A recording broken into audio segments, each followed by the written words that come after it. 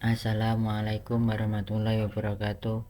Kami mahasiswa Ekonomi Syariah 6A Universitas Pangeran Diponegoro Nganjuk.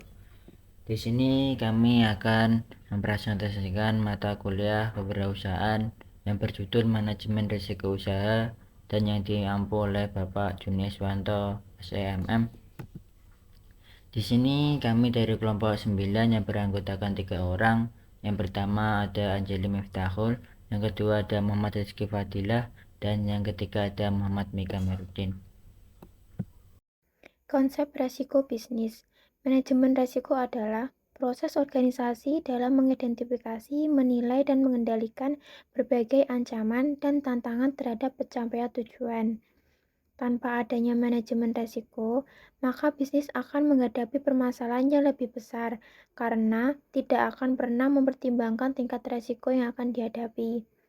Berikut adalah 5 resiko yang akan dihadapi bisnis apabila acuh terhadap resiko usaha dan tidak mengelolanya dengan baik. Yang pertama, kerugian finansial yang besar. Yang kedua, kehilangan kepercayaan konsumen dan mitra. Yang ketiga, gangguan operasional. Keempat adalah masalah hukum dan regulasi. Dan yang terakhir, kehilangan daya saing. Identifikasi resiko. Identifikasi risiko adalah proses sistematik untuk mengenali, menemukan, dan mendeskripsikan berbagai peristiwa atau kondisi yang berpotensi menghambat pencapaian tujuan suatu organisasi atau usaha. Proses ini bertujuan untuk mengetahui risiko apa saja yang mungkin terjadi, bagaimana risiko tersebut dapat muncul, serta faktor penyebabnya. Mengacu pada Setgrove tahun 2005, terdapat 4 klasifikasi resiko diantaranya sebagai berikut. Yang pertama, resiko operasional, resiko strategik, resiko kepatuhan, dan resiko keuangan. Selanjutnya ada penilaian risiko usaha. Penilaian risiko bisnis merupakan langkah penting yang harus dilakukan oleh setiap menurut standar nasional Indonesia. Penilaian risiko adalah proses keseluruhan identifikasi risiko, analisis risiko, dan evaluasi risiko.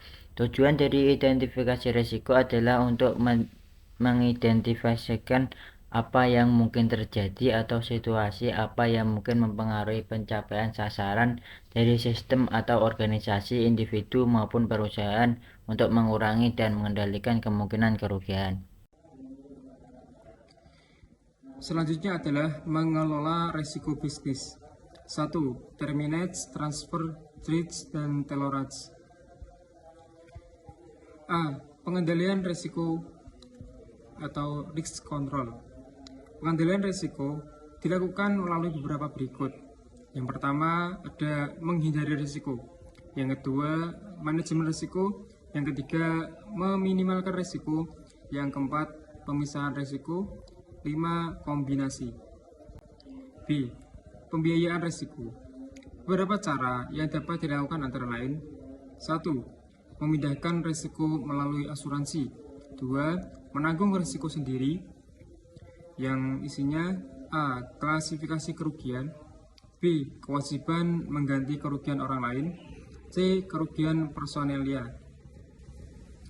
Menurut Melkianus Albin Tobun, dalam menyikapi risiko bisnis, terdapat 4 bentuk sikap yang harus kita lakukan, yaitu 1. Menghindari risiko. 2. Mengurangi risiko.